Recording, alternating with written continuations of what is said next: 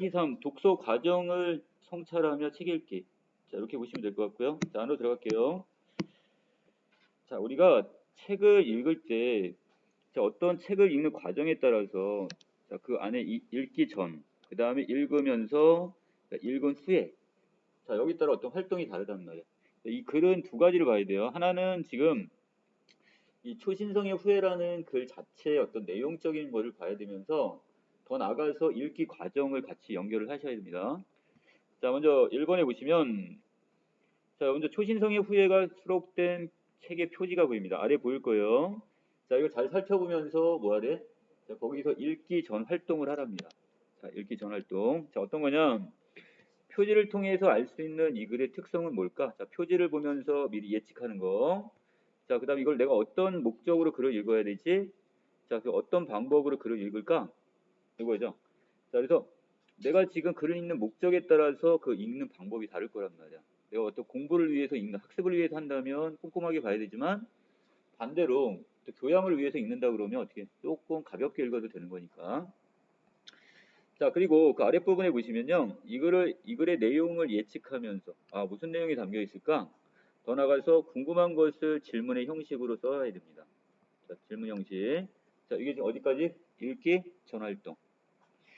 자, 아래로 내려가시면 자, 이제 읽기 중활동으로 바뀌었습니다. 자, 왼쪽 내용을 먼저 좀 보고 가시면요. 자, 읽기 중활동은 자, 내가 궁금하거나 중요한 내용에 대해서 표시를 하겠죠. 그 다음에 읽기 전에 예측했던 내용이 맞는지 자, 이것을 확인하고 그다음 읽기 전에 아까 뭐 질문의 형식으로 만들어 놨으니까 거기에 대한 자, 답을 찾아가며 읽으면 됩니다. 자, 더 나가서 자, 중심 내용을 파악하며 읽는 것이 어디예요? 여기 들어가 있어요, 지금. 자, 그 다음에 글쓴이의 의도가 무엇인지 추론하기, 자, 의도 추론하기, 그 다음 글쓴이의 생각을 파악하면서 자기 생각과 비교하기. 자, 이게 다 읽기 주거 활동. 자, 그럼 본문 들어갈게요. 초신성의 후회라고 되어 있습니다. 자, 여기 보시니까 주제가 지금 우리의 삶과 공동체를 위한 나눔과 사회 환원의 가치인데, 자, 주제가 되게 어렵네요. 자, 근데 이거 그냥 설명하자더니 잘 모르겠어. 자, 그래서 앞에 부분에 무슨 이야기를 먼저 꺼내냐면, 자, 초신성 이야기를 먼저 꺼냈어요. 그리고 초신성의 그 폭발로 해서 우리에게 여러 가지 어떤 물질들이 우리의 몸을 이루게 된단 말이야. 초신성의 폭발, 그리고 이 초신성이 결국 그 에너지를 발산하지 않았다면, 우리에게 나눠지지 않았다면, 결국 어떻게 되는 거야? 우리는 지금 이 생명체가 없을 수도 있단 말이야. 자, 결국 이걸 통해서 결국 이 사람이 이야기하고 싶은 게 뭐야? 우리 사회도 마찬가지다. 공동체를 위해서 우리가 나눔과 사회 환원을 어떻게 실천해야 된다. 이걸 지금 당부하는 거죠. 자, 그 다음에 바로 이런 유사한 사례거나 유사한 속성을 들어서 설명하는 방식을 우리 뭐란다? 유추라고 합니다. 자, 그 다음에 구체적인 예시를 들었죠. 사례가 보입니다. 자, 첫 부분 학생 박식은요. 본은 어디입니까? 예, 어디 본입니다. 본은 어디라고요? 어디입니다. 본은 어디라고요? 세 번 똑같은 걸 물어보네. 자, 학생이 똑같은 질문을 세 번을 받자 어리둥절합니다. 자, 글쓴이 행동이 왜 똑같은 걸 반복하지? 자, 여기에 대한 어떤 호기심을 자아내게 되고요. 자, 사람의 몸을 구성하는 주요 원소는요, 수소부터 해서 탄소, 산소, 황인까지인데, 자, 원자 개수로 치면 수소가 전체의 63%를 차지하고 있고요. 자, 질량으로 따지면 산소가 제일 많습니다. 26%.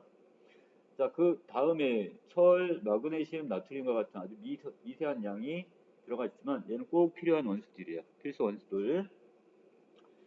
자, 그러면 이 원소들이 어디서 왔을까? 여기도 의문을 던졌네요. 자, 그것은 이 수소 원자인 경우는 우주 초기, 바로 우주 나이가 1초일 때부터 대략 한 3분의 1, 3분이 될 때까지 아주 짧은 순간에 만들어진 게 바로 수소입니다. 자, 빅뱅 이론을 대폭발설이죠. 이제 바로 이 가모 교수는 뜨거운 초기 우주에서 작은 입자들이 고속으로 만나서 어떻게 수소와 헬륨 원자핵을 최초로 만들었는지를 밝혀냈답니다. 자, 그래서 우리 몸의 핵심 요소이자 기구를 띄우기 위해 종종 집어넣는 이 기체이고, 자, 미래 자동차 연료로 주목받고 있는 것이고, 바로 우주 전체 물질 질량의 70%를 차지하는 게 바로 이 수소입니다. 자, 이건데 이것이 바로 우주 초기 순봉단에 만들어졌다는 얘기죠. 자, 그리고 이것이 우리 몸속에 자리 잡게 되었으니까 우리 생명체를 이루는 하나의 요소가 됐다는 얘기야. 자, 다음 장 들어갑니다. 자, 그러면 수소와 헬륨보다 무거운 원소, 조금 전에는 이제 가장 가벼운 원소, 수소, 헬륨을 얘기했는데, 자, 그러면 이 무거운 원소들은 어디서 만들어진 거냐? 자, 탄소, 질소, 산소는 태양과 같은 작은 별에서 만들어졌대요. 태양을 작은 별이라고 표현했습니다. 자, 우리 은하 내에는 태양과 같은 작은 별들이 1000억 개 정도가 존재를 해요. 그리고 또 이 우주 내에는 또 은하와 같은 은하가 또 1000억 개가 있답니다. 자, 우리는 아주 그 안에 아주 미세한 존재네, 그럼. 작은 별들은 뜨거운 중심부에서 수소를 융합해서 헬륨을 만들어내고, 자, 그 다음에 헬륨을 어떻게 해서요? 또 융합을 해서 뭘 만들어내고, 자, 바로 탄소를 만들어내게 되고, 또 탄소가 융합해가지고 뭐 만들고, 산소가 만들어지고. 자, 이 순서네. 자, 이렇게 만들어진 원소들 일부는 우주 공간에 퍼져나가고, 일부는 수명을 다하는 별의 핵을 이루면서 최후를 장식하는데요. 자, 별의 최후에는 뭐가 들어있대요? 탄소 덩어리로 되어 있답니다. 자, 그래서 여기 뭐라고 얘기하냐? 다이아몬드를 특별히 좋아하는 사람들은 어디를 가보래요? 죽은 별에 가보래요. 거기는 당연히 뭐가 있어? 다이아몬드 잔뜩 있겠네. 탄소 덩어리니까. 자, 하지만 중력이 워낙 세기 때문에 착륙까지는 할 수 있지만 돌아오는 것은 장담할 수가 없다고 얘기합니다. 자, 아랫부분. 그럼 산소보다 더 무거운 이 황이나 인, 마그네슘, 철 등은 자, 태양보다 대략 10배 이상 무거운 별에서 바로 만들어진다는 얘기죠. 이게 바로 이 초신성이 되겠네.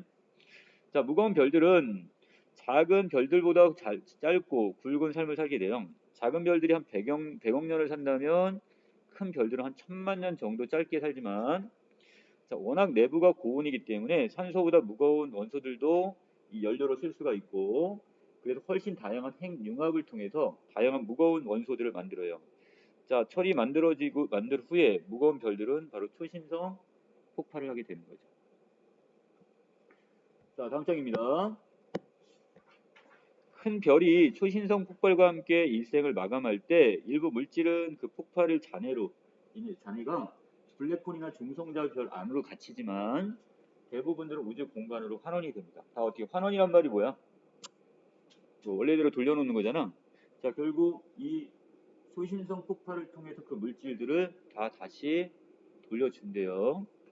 자, 만일 초신성이 자기가 만든 귀한 원소들을 우주에 나누어주지 않는다면 어떤 일이 일어날까?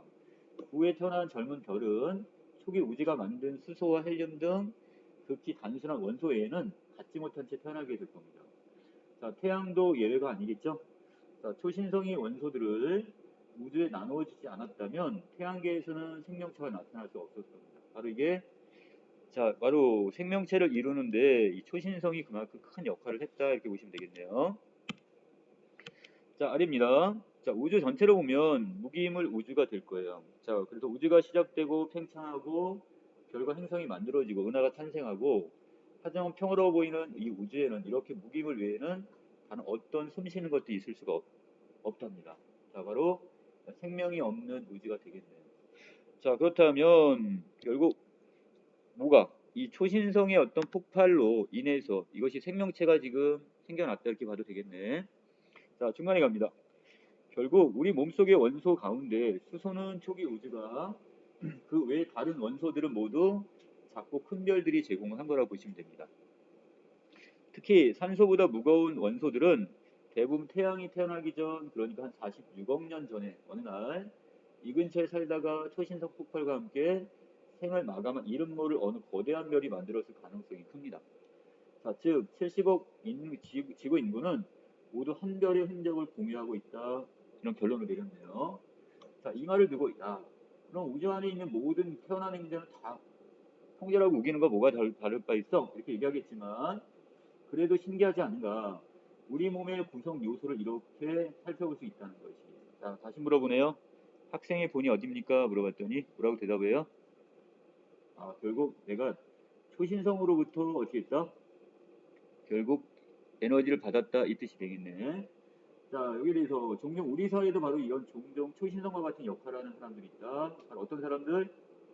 자, 자신이 열심히 노력해서 이룩한 재화나 기술, 지식, 능력 등을 아낌없이 사회에 나눠주는 그런 사람들, 이런 사람을 초신성과 같은 사람이다 이렇게 표현을 했습니다. 자, 아래 내려가시면 자, 자, 나눔으로 수많은 다른 사람들을 살리기도 하고요. 자연의 섭리가 인간의 사회와 닮은 예가 가운데 하나인데 이게.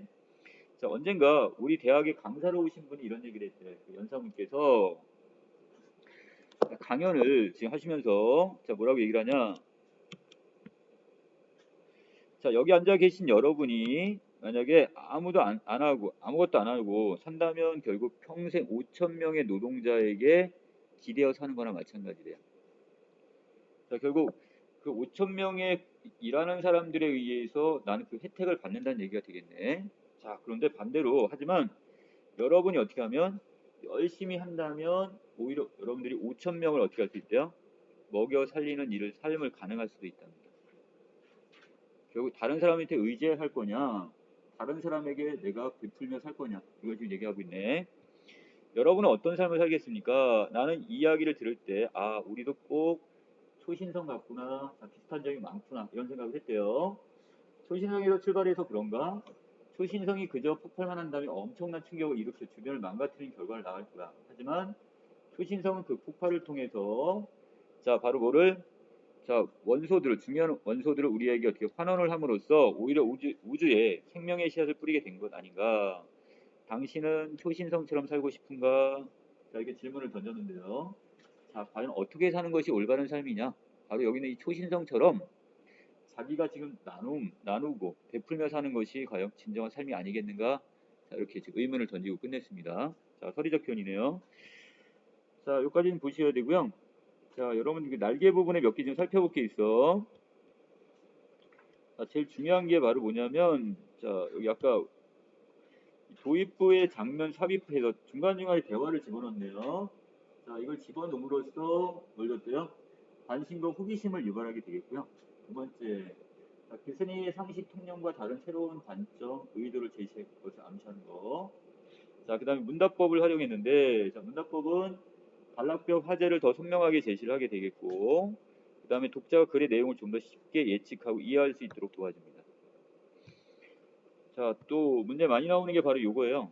그 원소의 생성 방법이죠. 아예 이걸 외워놓으세요, 그냥. 자, 수소가 지금 생겨난 순서인데요. 원소들이 수소에서 헬륨, 탄소, 탄산, 탄소, 황, 인, 마그네슘, 철까지 나오고요. 자, 가벼운 거부터 핵융합을 통해서 결국 무거운 물질들이 만들어졌다는 얘기죠. 네, 이거 단어 첫머리만 외워도 될 것 같아. 수엘, 탄산, 황인, 마찰. 그나요? 이거 갖고 나다 그냥 선택지에서 그냥 이거 바꿔놔. 이렇게 살짝 오답으로 바꾸는데 그냥 요거만 그냥 기억하고 어차피 본문 안에 있긴 한데 빨리 찾을 수 있는 방법. 자, 그 다음에 뒤에 자, 화자는 책을 읽으면서 지금 나의 읽기 목적이나 수준에 적합한지 확인을 했고요. 자, 그 다음에 더 나가서 자, 읽기 목적과 글의 특성에 맞게 적절한 방법으로 읽고 있는지 다시 한번 확인을 했네요. 자, 그리고 그 다음 장에서 자, 여기 중요한 유추의 해석 방법입니다. 자, 유추라는 것은 대상을 유사한 다른 대상에 기초해서 설명하는 방식. 자, 이것은 뭐라 했다? 유추. 자, 초신성이란 자연적인 현상을 가지고 이것이 원소를 다시 우주에 환원하는 것처럼 자, 훌륭한 사람 바로 초신성과 같은 사람은 자신이 이루어놓은 재화나 기술, 지식, 능력이나 이런 것들을 어떻게 해요? 다시 다른 사람들에게 어떻게 한다? 나눠주게 되는 거죠. 자, 학습활동으로 가볼까요? 자, 3번입니다. 자, 읽기 후 활동이 하나 남았네요. 읽기 전, 중, 후인데 자, 그건 윗부분에 있습니다. 자, 읽은 내용을 핵심어 중심으로 요약. 자, 중심 내용을 파악하는 건 어디에서 중심어 파악하는 거는? 아까 여기 읽기 중이었죠? 자, 근데 이걸 통해서 중심을 요약을 하는 거. 요약하기는 읽기 후 활동입니다. 자, 그리고 글에 대한 자신의 생각을 적극적으로 떠올리면서 자, 글의 의미를 능동적으로 구성하는 단계. 자, 이것이 바로 어떻게? 읽기 후 활동이라고 보시면 됩니다. 자, 핵심어는 초신성, 나눔, 삶이란 단어가 보일 것 같고요. 자, 아랫부분에 이것을 쭉 나눠놨는데 자, 초신성이 결국 우주에 자기 원소를 나눠주는 것처럼 우리 사회도 마찬가지 초신성처럼 자신이 노력해 이룩한 여러 가지들을 아낌없이 나눠주는 사람들이 필요하다 이거네. 자, 여기서 맨 마지막 부분에 지금 질문에 대한 답을 해봐라 이런 내용이었고요. 자, 그 다음에 뒷부분에 보시면요. 자, 여기 자신 읽기 과정하고 연결시켰는데요. 자, 글을 읽는 목적이나 글의 특성을 적절하게 고려했는지, 또 읽기 과정에 자신의 읽기 방법이 적절했는지, 자, 그 다음에 읽기 과정에 어려움을 겪었을 때 읽기 방법 조정했는지, 자, 읽기 목적 달성했는지, 뭐 여러 가지를 쭉 지금 보고 있네요. 자, 여기까지 됐죠?